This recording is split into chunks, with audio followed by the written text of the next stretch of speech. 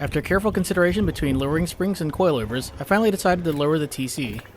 I'm going to be installing these TRD lowering springs for a 1-inch drop and pairing them with the KYB Excel shocks for the rear and McPherson struts for the front. I'll be making use of my 201-piece Stanley tool set, my 450 foot-pound electric impact gun, half-inch impact metric sockets, a spring compressor which is impact gun friendly, a set of metric wrenches, and my normal set of commonly used tools that I keep in the car at all times, including a full set of sockets. Before we start, let's see how high the car is sitting. 27 1/4 on the front, and 27 1/2 on the back. The first thing I'm going to do is loosen my lug nuts in a star pattern, starting with the lock nut. I have the parking brake on, but I've gone ahead and chalked both rear wheels just to be on the safe side. My racing jack just clears the front splitter so that I can lift the car up from this point. With the wheels a couple of inches off the ground and the jack stands in place, I'm going to finish unscrewing the lug nuts and remove both front wheels. You'll need to remove the windshield wiper cowl pan. I'll put a link to that guide above and in the video description below. With it out of the way, I can remove the dust cover and use a 19mm socket with an extension to loosen this nut. Do not actually remove the nut as it's holding the spring in place. I'm also going to loosen the strut top hat mount nuts. Again, I'm only loosening and not removing them yet. I have an aftermarket end link, but with the OEM one, you'd use a 6mm hex key to keep the stud from spinning while you remove the nut with a 17mm wrench. Once the nut's removed, you can lift the wheel assembly up so you can push the end link out of the strut. Remove this 14mm bolt and separate the brake line and sensor speed wire from the strut. This clip here can be removed using a trim tool. You'll need to get under it along the ends. If I pull it out, you can see here where the tabs are that you need to depress. So I don't lose the 14mm bolt, I've screwed it into the new strut. I've also screwed the nut back onto the end link. I've removed the two 22mm nuts connecting the strut to the knuckle with my impact gun, and I'm going to use a hammer to tap the bolts out. If you have aftermarket adjustable camber bolts, be sure to mark their location and index their position before removing. To prevent any stress on the inner drive axle joint, I put my floor jack underneath here so it doesn't fall too far down. Now we can remove the top hat nuts. Remove the two in back first. Then, with your other hand supporting the strut assembly, remove the front nut. You may want another person to help with this. When you're pulling the strut out, be careful not to snag the speed sensor wire. Now we can move this safely away from the car to an open space so I can remove the top hat. Make sure you're always wearing safety glasses when dealing with the spring compressor. I positioned the spring compressor like this so that the threads are facing down. It just barely clears the edge of the lower spring seat on this side. I'm going to use my impact gun on this side, but there isn't enough clearance on the other side for the socket, so I'll have to do this one manually. I'm using the impact gun for only a second or two, then matching the compression manually on the other side. I kept equally compressing both sides of the spring until the top of the spring wasn't pressed against the underside of the top hat. Now we can remove the 19mm nut along with the metal collar under it. Once the nut and collar are removed, we can disassemble this and get the spring out.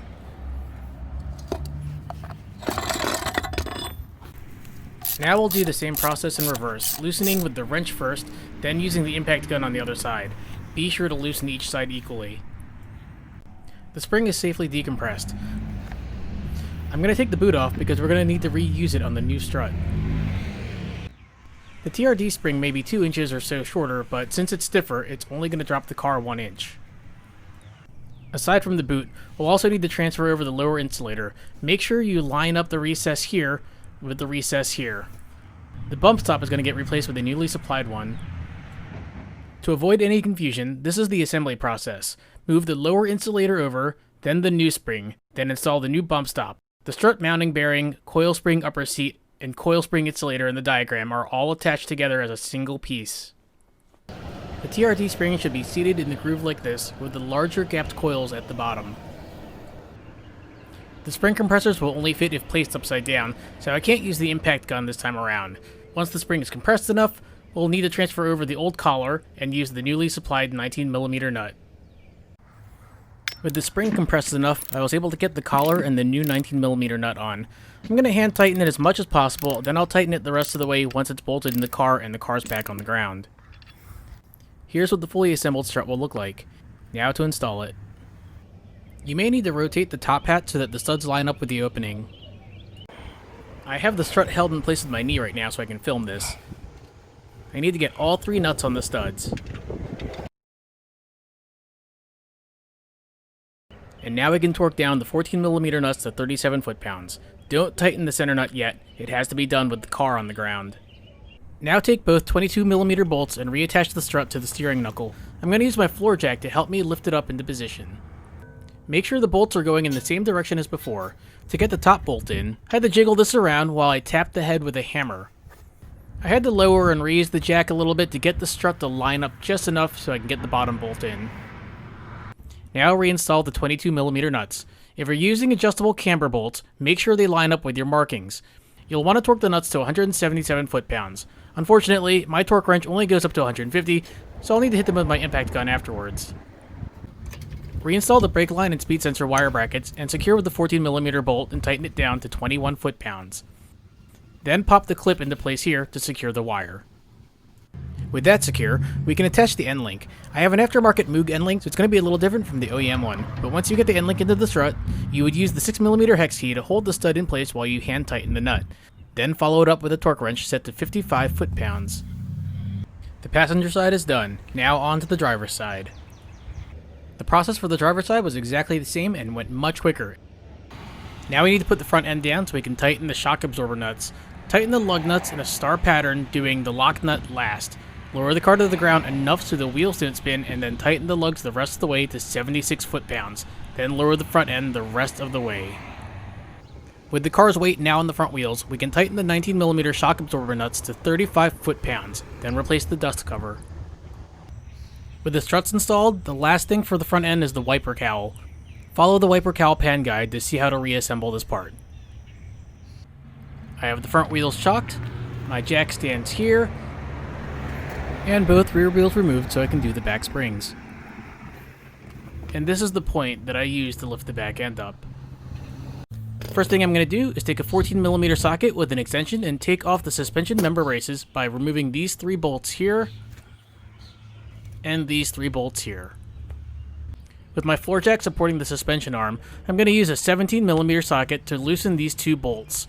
You want to turn the bolts and not the locking nuts on the other side. Once the bolts are loose, I can remove the locking nuts.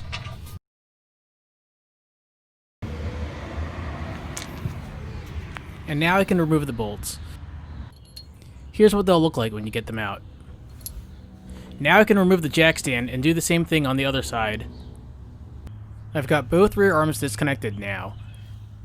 I still can't get the spring out yet because the end link is keeping it from moving further down. To get this nut off, I'll need to use a 14mm deep socket. Once it's off, I just need to remove the washer cup, and the lower bushing. With the end links disconnected, I can drop the suspension arms lower on both sides. Now I can get the springs out. Don't lose the upper insulators as we're going to reuse them. I've secured the shock by loosely rebolting it down here, so that way I can unbolt it from the cargo area. There's normally a plastic cover here, but I took mine out from my rear strut bar. I'm using a 6mm hex key to keep the piston rod from spinning while I remove the 17mm nut. You can add a little more leverage to the hex key with a pipe or jack stand handle to make removing the nut a lot easier. Now I can remove the upper shock mount. Then I can come back underneath the car here, remove this bolt, and pull the shock out. Here's the underside of the opening with the shock out. And here's the shock with the cover, which is actually the bump stop, removed. I'm going to transfer that over to the new shock. Note that it also comes with a new nut. With the piston rod through the hole, I secured the shock loosely with the bolt again. Now to reinstall the shock mount. This side faces down. And the cup washer here goes on top like this. And finally, the newly supplied nut.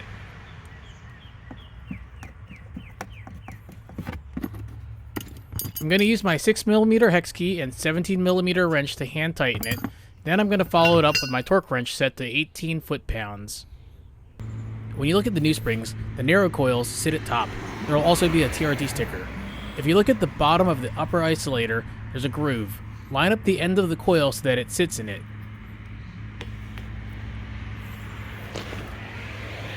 Now I can sit the spring inside the suspension arm right here. I removed the loose bolt holding the shock in place so that I can lower the arm enough to slip the spring in. Make sure the upper spring isolator is sitting like this. The bottom of the spring should sit like this so that the end of the coil is indexed within 30 degrees facing out towards the wheel. I'm using my floor jack to raise the arm up so I can line up the holes. I'm going to start with securing the shock to the arm first, with the bolt going in from the back. I may need to tap it in with a hammer. The other hole is trickier to line up because it's on a moving joint and it wants to move up and down. I used my screwdriver to help line it up. With the floor jack still in place, I'm using the 17mm wrench on the locking nuts so I can hand tighten the 17mm bolts. I'll follow them up with my torque wrench set to 66 foot-pounds. With the weight of the suspension arm still on the jack stand, loosen and then retighten this 17mm bolt to 66 foot-pounds. With the spring installed, I continued on to the other side. The installation process was exactly the same. Finally, reattach the end links and tighten them down to 22 foot-pounds with a 14mm deep socket, followed by the suspension member braces.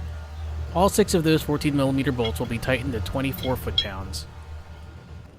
The car is back on the ground and lugs properly tightened in a star pattern to 76 foot-pounds. It's only showing a 3/4 inch drop right now when I measured it, so I'm going to drive around for a week to let the springs settle. It's been about 2 weeks. I parked in the same spot when I did my original measurement, and now I'm sitting at 26.25 on the front, or about 1 inch lower, and 26.5 on the back, again, 1 inch lower. Per Toyota's installation guide, an alignment is not necessary after installing TRD springs and probably any other 1 inch drop spring, though their guide assumes that you're reusing the same struts. If you plan on getting an alignment done, you'll want to wait for the springs to settle first. I just finished getting back from a cruise from Hunt Valley, Maryland to New Freedom, PA on the back roads with one of the car clubs, and oh my god, I'm so happy with how the car handles now since I put in the TRD springs. And now I did take the car out to Loch Raven Reservoir and test it out there, and it handled really nicely, but I didn't really get a good feel to the limits of how well it's actually affecting the handling, because just putting on the sway bars helped a lot. But I was hitting curbs that had sudden dips in them, or going over like slight hills that also had a bump at the top, and normally you would probably lose some traction going over it, but the car stayed well planted. I think the Subaru people in front of me were pretty impressed watching the car from their rearview mirror, and I had no problems keeping up with any of them. So big thumbs up on these springs. It makes a huge difference. And I haven't had any problems driving in the city with them either. No problems bottoming out, even with the traction bar installed on the front from TV Performance. And the ride quality is actually not that much different. It feels about the same. Now, if I hit like a big bump or a pothole, I'm going to feel it a little bit more. But driving on the highway and just driving on normal roads feels just about the same as stock. Alright, well, I hope that helps you out if you're thinking about getting some lowering springs for your car as opposed to, well, coilovers. If you haven't hit subscribe to my channel yet, please do so now. And as always, thank you for watching.